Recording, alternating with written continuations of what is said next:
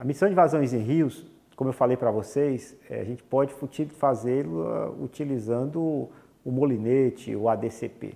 Mas o molinete e o ADCP vão ser uma medição, como eu também informei, muito cara de ser realizada com uma frequência muito elevada. Então, como é que a gente resolve esse problema de ter a medição do rio e não ter que estar submetido a ter uma equipe em campo todo o tempo, que seria até impossível pelo número de locais que a gente tem interesse e o número de pessoas especializadas nesse tipo de medição. Então era virtualmente impossível a gente ter uma cobertura espacial muito grande das vazões de rios. Então para isso que foi criado esse conceito de curva-chave.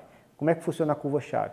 A gente monta o que a gente chama de estação liminimétrica, que essa estação liminimétrica é uma seção fluvial que tem algumas características especiais. A seção fluvial está num trecho de rio linear, ela não vai ter muita interrupção, então o fluxo é um fluxo mais bem comportado, próximo a essa estação liminimétrica. Então nessa seção a gente vai começar, nesse local que a gente definiu que ia ser a estação liminimétrica, a gente vai instalar as réguas liminimétricas. Então a gente vai instalar várias réguas que vão medir o nível da água.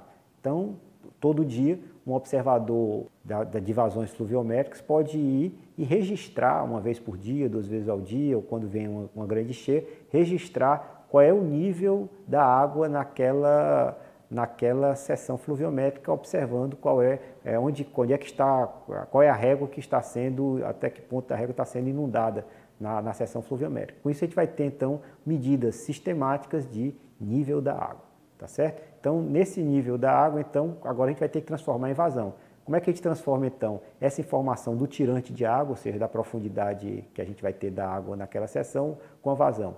Para isso, a gente vai construir uma curva que é chamada de curva-chave. Chave por quê? Porque ela vai transformar o nível na informação de vazão.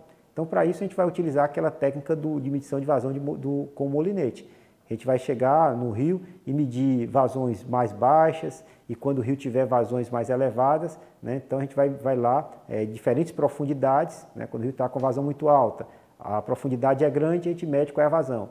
Quando o rio está com níveis intermediários, a gente sabe que naquela altura, naquele tirante de água intermediário, a gente sabe qual é a vazão. Então você vai poder construir um gráfico que vai relacionar então o nível da água com a vazão da água. Então você vai ter diversos pontos, tá certo? Então com esses pontos a gente tem condição agora de achar uma relação entre a altura da água, o tirante de água, com a vazão. Então essa curva que vai relacionar de forma bionívoca o nível da água com a vazão, nós denominamos de curva-chave. Aí fica fácil, né? Essa curva-chave, então, a gente vai obter a partir dos pontos de medição com o molinete ou com a DCP, e depois de construir essa curva-chave, o observador vai a campo e, com essa informação do nível, a gente sabe calcular a vazão. Essa curva-chave ela tem que ser reconstruída, porque o rio ele não transporta só água, ele transporta sedimento e outras substâncias. Então, quando o rio transporta o sedimento, a configuração dessa calha pode se modificar nas grandes cheias. Então, em função disso, essa curva-chave tem que ser reconstruída ao final de toda grande cheia, né? Ou quando você observa que houve uma mudança na configuração da calha e a gente vai ter que então ter uma nova relação entre vazão e nível, tá certo? Então, essa aí é a famosa curva-chave. Então, toda seção liminimétrica a gente vai ter então, essa curva-chave e a gente vai poder fazer esse tipo de medição.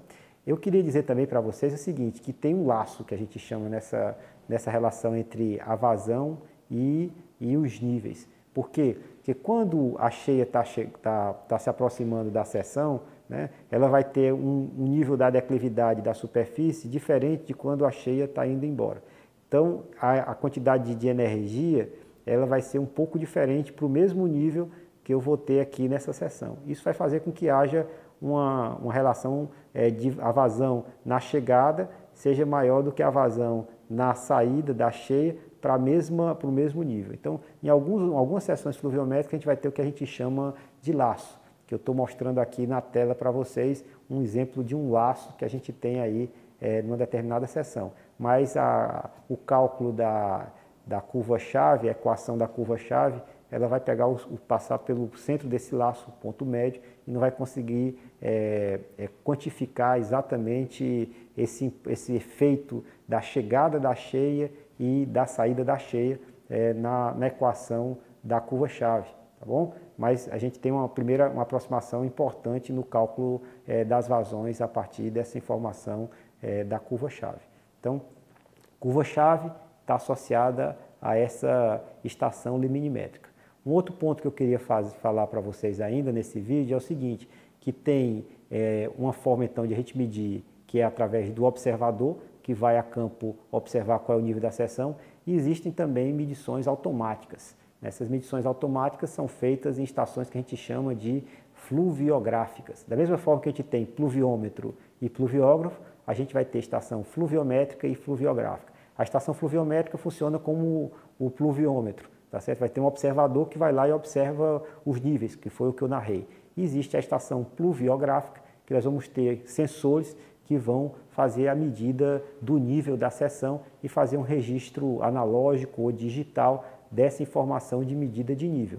Então, com isso, a gente vai ter condição de ter informações em escala de tempo muito menor do que o que a gente tem na estação fluviométrica. Na estação fluviográfica, a gente vai ter intervalos de tempo bem menores de medição, com isso traçar melhor a chegada e a saída de uma determinada cheia. Então, a gente vai ter diferentes formas de fazer essa medida de nível, tá certo? Normalmente pode ser um poço ligado ao nível do rio para poder você ter calma, uma água com nível hidrostático sem ter grandes perturbações e oscilações associadas às ondas que estão passando no rio. Com isso você estabiliza e consegue ter algum tipo de medida. Pode ser através de medida de pressão, com bolhas sendo lançadas no escoamento e a partir dessa pressão, para lançar essas bolhas, você identifica qual é a pressão hidrostática. Então temos diferentes tipos de medidores fluviográficos que vão permitir essa avaliação das vazões com o tempo num intervalo de tempo menor.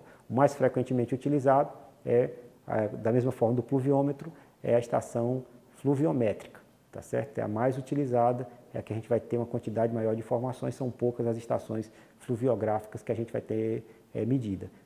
Medição fluviográfica a gente vai ter mais em canais, onde você vai precisar de uma precisão maior na operação desses sistemas, ou automação de sistemas de canais, você vai ter aí medição fluviográfica de forma mais intensa, né? Mas nos rios, frequentemente, a forma de medição mais tradicional é fluviométrica.